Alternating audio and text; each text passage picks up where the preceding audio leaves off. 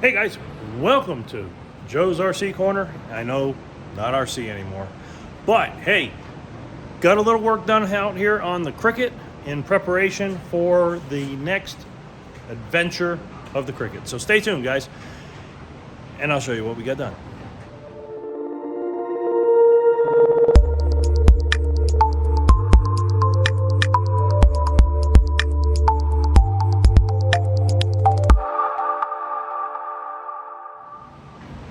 All right, guys. So, like I said, we got a little bit of work done here on the plane.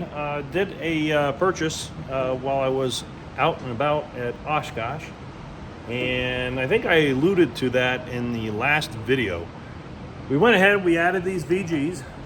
We also added the VGs to the tail. Already did a test flight on it. Absolutely amazing what these VGs did. My stall speed in flight with the flaps full down. Would not stall, to be honest with you, but kind of started to mush down and start to lose altitude, probably at less than 20 knots, because my airspeed doesn't read any lower than that, and it switched over to ground speed. So accuracy on it a little bit lacking at those lower speeds, but she was still flying. So I did some landings, and we're able to touch down at like 32, 35 knots, something like that. I'd have to go back and look at the replay on the EFIS. But next step that I did, I'll turn the camera around and let you take a look. All right, guys, so we went to 21 by 8 by 6. On the mains, we added the spacer block back in there for the front tire. Maybe down the road we may put a slightly bigger tire up here in the front, but for right now the spacer works fine. But by doing this, we'll be able to go out to some dirt strips here in New Mexico and land without worrying about tires, and be able to do a little bit of camping out under the stars, which will be great and tons of fun with this airplane. So I did not order the extra brakes, the run in parallel or series or however. I do have them on order, so I'll be installing those later, because with these 21-inch tires, yes, one puck, absolutely, without a doubt, not going to be enough. Matco told me that, and I did order them, so I'm waiting on those to come in. Once they come in, I'll get the additional pucks on, and we'll be good to go. I will also be replacing this piece at some point.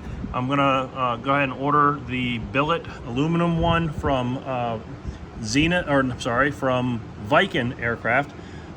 So that will be replaced as well. I'm not doing any competition type of stuff, so the plastic lines I'm gonna stick with for right now, see how that works out. If I start seeing problems, brake fade, anything like that, then I'll go ahead and deal with it. But for now, these are looking pretty nice. I really like the stance. Looks really good. So that's where we are right now. I'm not going to do any test flights. I did some taxi tests, and yeah, they're not good enough for brake wise.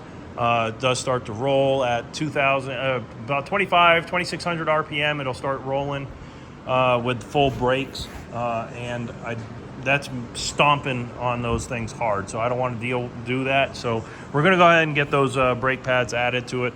But everything else is looking good. Did the oil change on it last time. I think I mentioned that already. I do have to replace this. It does leak, but we'll get that replaced on that side. I'll have a spare. Bought them from Zenith, so we'll get that done. But then again, everything else really, really good. I did add the VGs back here on the horizontal stab as well. Made a big difference. So now I had to adjust my trim tab neutral point to accommodate for that extra downforce, I guess you would call it, on the tail. But works out really good. Other than that, guys, that's pretty much all we got done. Love to go fly it, test out these new wheels, but I don't want to risk it with those brakes. It's not safe, so I'm waiting on those brakes. Maybe next week they'll be here and we'll get those replaced. So other than that, guys, that's where we are. So keep enjoying your builds. Build it, fly it, as Zenith says. And if you guys need any help, questions, let me know.